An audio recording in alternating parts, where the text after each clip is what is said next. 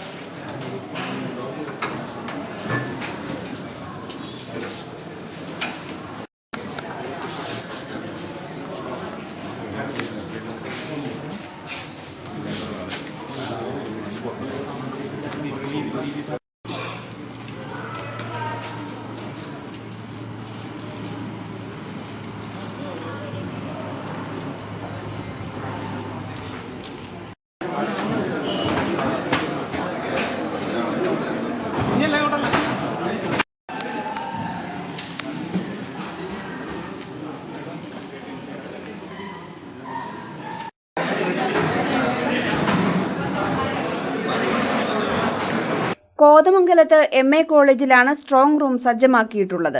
Strong room പരിശോധിക്കുന്നതിന് രാഷ്ട്രീയ party പ്രതിനിധികൾക്ക് അവസരം നൽകിയിരുന്നു. മെഷീനുകളിൽ സ്ഥാനാർത്ഥിയുടെ പേരും ചിഹ്നവും പതിപ്പിക്കുന്നതാണ് ഇനിയുള്ള നടപടി. അതിനായി മെഷീനുകൾ സ്ട്രോങ് റൂമിൽ നിന്ന് പുറത്തെടുക്കും. പിന്നീടും സ്ട്രോങ് റൂമിലേക്ക് മാറ്റുന്ന മെഷീനുകൾ വോട്ടെടുപ്പിന്റെ തലേദിവസം ബൂത്തുകളിലേക്ക് വിതരണം ചെയ്യും. കോതമംഗലത്ത് 159 ബൂത്തുകളാണ് ഉള്ളത്. ഈ മാസം 26-നാണ് വോട്ടെടുപ്പ്. News desk KCV news.